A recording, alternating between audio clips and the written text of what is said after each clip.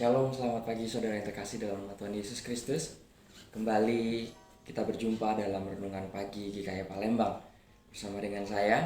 Kali ini pembacaan firman kita terambil dalam surat Filipi pasal yang ketiga ayat yang ke-17 sampai pasal yang keempat ayat yang pertama. Namun sebelum kita membacanya dan merenungkan firman Tuhan, terlebih dahulu mari kita bersatu di dalam doa. Tuhan Allah Bapa kami yang bertata dalam kerajaan surga yang mulia, kami bersyukur, berterima kasih di mana di pagi hari ini Kau masih memberikan kesempatan terbaik bagi kami untuk kembali boleh bersama-sama bersekutu menghadap hadirat Tuhan. Biarlah kiranya kebenaran firman Tuhan yang kami renungkan pada pagi hari ini boleh menuntun kami dalam sepanjang aktivitas kami hari ini, juga dalam setiap kehidupan kami hari lepas hari. Terpujilah nama Bapa di surga, berfirmanlah atas kami, setiap kami siap mendengarkan dan melakukan firman-firman-Mu. Terpujilah nama Tuhan. Di dalam nama Tuhan Yesus kami berdoa dan bersyukur. Amin. Ya, saudara, pada pagi hari ini kembali kita merenungkan firman ini di dalam Filipi pasal yang ketiga ayat yang ke-17 dan sampai yang pasal yang keempat ayat yang pertama. Saya akan mengawalinya dengan membacanya dari Filipi pasal yang ketiga ayat yang ke-17 saja. Dan nanti di bagian firman Tuhan ini kita akan membaca beberapa bagian di dalamnya. Demikian firman Tuhan. Saudara-saudara, ikutilah teladanku dan perhatikanlah mereka yang hidup sama seperti kami yang menjadi teladanmu. Saya akan mengawalinya juga dengan sebuah kisah cerita yang mungkin tidak asing bagi kita semua. Saya akan membacakan ceritanya demikian. Seorang ibu membawa anaknya mendatangi Mahatma Gandhi. Ibu ini bercerita bahwa anaknya suka sekali makan permen. Untuk itu dia minta bantuan bapak bangsa India ini supaya menasihati anak ini agar menghentikan kebiasaan yang buruk itu. Lalu Mahatma Gandhi bilang demikian, tunggulah 2 minggu lagi, datanglah ke sini lagi sambil membawa anak ibu, pinta Mahatma Gandhi tersebut. Ibu ini heran, mengapa harus menunggu 2 minggu lagi? Bukankah Gandhi bisa saja langsung memberi nasihat? Meski heran, ibu ini menuruti saja perintah ini. Lalu dia pulang, membawa anaknya pulang. Dan setelah 2 minggu kemudian, ibu dan anaknya datang. Gandhi langsung menasihati anak itu. Sang ibu mengucapkan terima kasih. Sebelum pamit, ibu itu masih penasaran, mengapa dia harus menunggu 2 minggu? Selama 2 minggu ini saya berusaha menghilangkan kebiasaan buruk saya. Soalnya saya juga gemar makan permen, jawab Gandhi. Nah, menjadi teladan itu memang susah ya. Bandingkan saja dengan kisah Gandhi yang berjuang untuk bisa menjadi seorang teladan.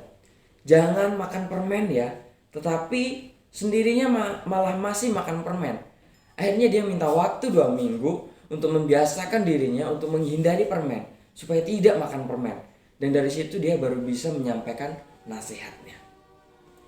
Menurut Kamus Besar Bahasa Indonesia, kata teladan itu artinya sesuatu yang patut ditiru atau baik untuk dicontoh, baik itu dari perbuatan, kelakuan, sifat, dan lain sebagainya.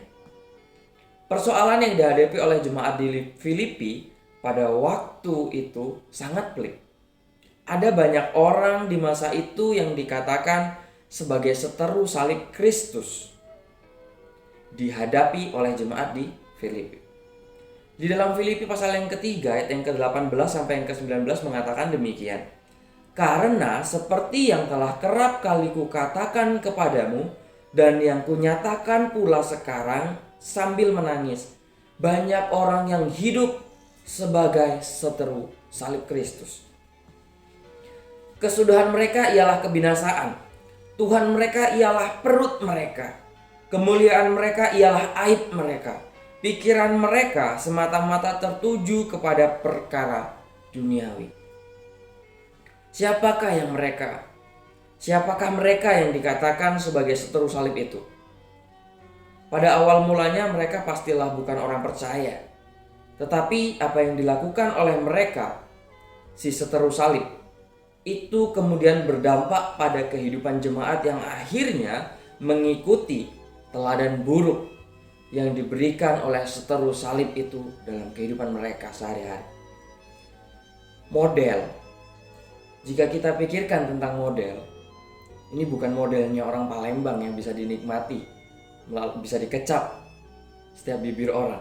Tetapi model yang kita maksud di sini adalah teladan, anutan dalam kehidupan kita.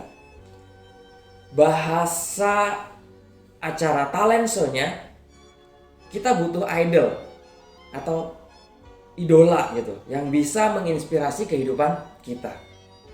Banyak ahli psikologi perkembangan mengatakan begini. Untuk hidup sukses, carilah beberapa orang yang bisa kita jadikan model bagi hidup kita. Dan kemudian ikutilah langkah-langkah kehidupan mereka untuk mencapai sukses pula. Tetapi, apa jadinya bila kita menjadikan model atau idol dalam kehidupan kita itu adalah yang seperti dikatakan oleh Paulus dalam ayat yang ke-18 sampai yang ke-19. Yaitu menjadi seteru salib Kristus. Ini adalah bencana. Bukan menjadi idol yang baik. Itu yang Paulus cegah terjadi dalam kehidupan jemaat di Filipi. Mengikuti teladan atau model yang salah yang menuju pada kebinasaan mereka sendiri. Dalam kehidupan keseharian kita, jangan dilupakan juga bahwa kita sendirilah yang menjadi model itu. Bila kita sudah menjadi orang tua, maka kehidupan kita akan menjadi model, teladan, contoh yang paling utama, yang paling pertama dilihat oleh setiap anak-anak kita. Benar ya, saya tidak mengada-ngada. Apakah kita sudah memberikan model yang baik seturut dengan firman Tuhan pastinya? Bagi orang-orang yang ada di sekitar kehidupan kita, yang ada di sekitar lingkungan kita. Apa yang perlu kita lakukan agar kita bisa menjadi model yang baik bagi orang yang ada di sekitar kita? Keberadaan orang Kristen di tengah dunia ini adalah untuk menjadi terang. Dalam renungan Guru Injil Daniel memberitakan tentang bagaimana kita menjadi garam dan terang dunia. Menjadi terang berarti menjadi teladan dalam segala hal. Perkataan, tingkah laku, kasih, kesetiaan, dan kesucian hidup. Itulah sebabnya Rasul Paulus mengingatkan segenap jemaat di Filipi agar mereka mengikuti teladannya. Hati Paulus sangat sedih karena banyak orang yang hidupnya itu menjadi seteru salib Kristus. Bahkan orang percaya pun pada waktu itu juga ada yang menjadi seteru salib Kristus. Meremehkan pengorbanannya di atas kayu salib dan lebih memilih hidup menurut hawa nafsunya. Di dalam Filipi 3 ayat yang ke-19, pikiran mereka itu semata-mata tertuju pada perkara duniawi. Apa yang perlu kita teladani dari Paulus?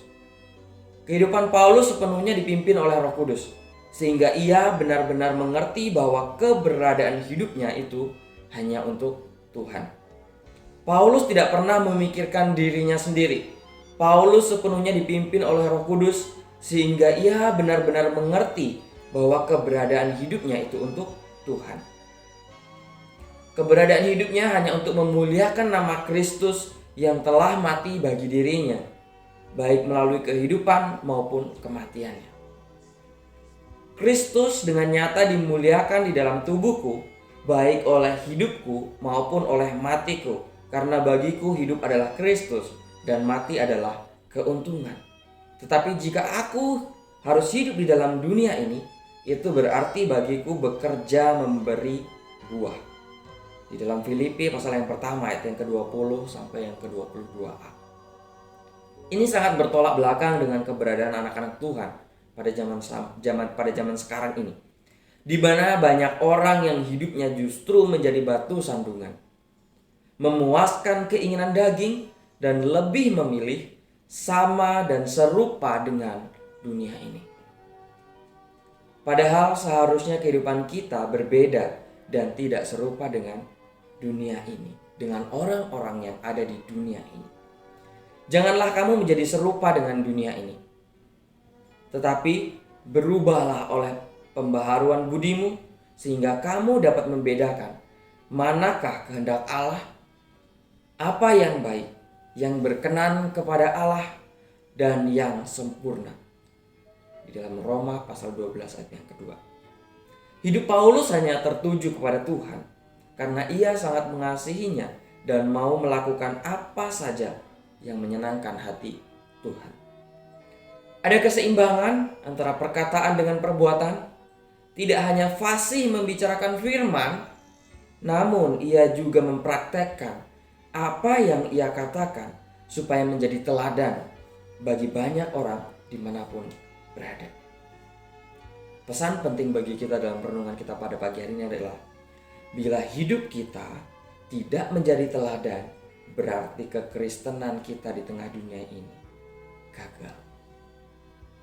Bersiaplah untuk menjadi orang Kristen sejati yang boleh menjadi teladan dalam setiap kehidupannya, baik itu dalam perkataan, tingkah laku, tutur kata, dan lain sebagainya. Kita bersatu dalam doa. Bapa di dalam surga, sungguh kami bersyukur, berterima kasih. Pagi ini Engkau telah menegur kami melalui Paulus sebagai orang yang boleh menjadi teladan dalam setiap hidup kami, dalam tutur kata, perkataan, bukan hanya menyampaikan firman, tetapi juga melakukan dan boleh menjadi teladan dalam setiap kehidupan kami hari lepas hari. Kami bersyukur Tuhan untuk firman ini. Biarlah firman ini boleh terus menegur kami, menguatkan kami, dan meyakinkan kami bahwa kami ada di dunia ini juga hanya oleh karena kasih setia Tuhan, karunia Tuhan, supaya kami boleh menjadi terang dalam setiap kehidupan kami hari lepas hari. Terpujilah Bapa di surga, di dalam Kristus Yesus kami berdoa dan bersyukur. Amin. Selamat pagi, selamat beraktivitas. Tuhan Yesus memberkati.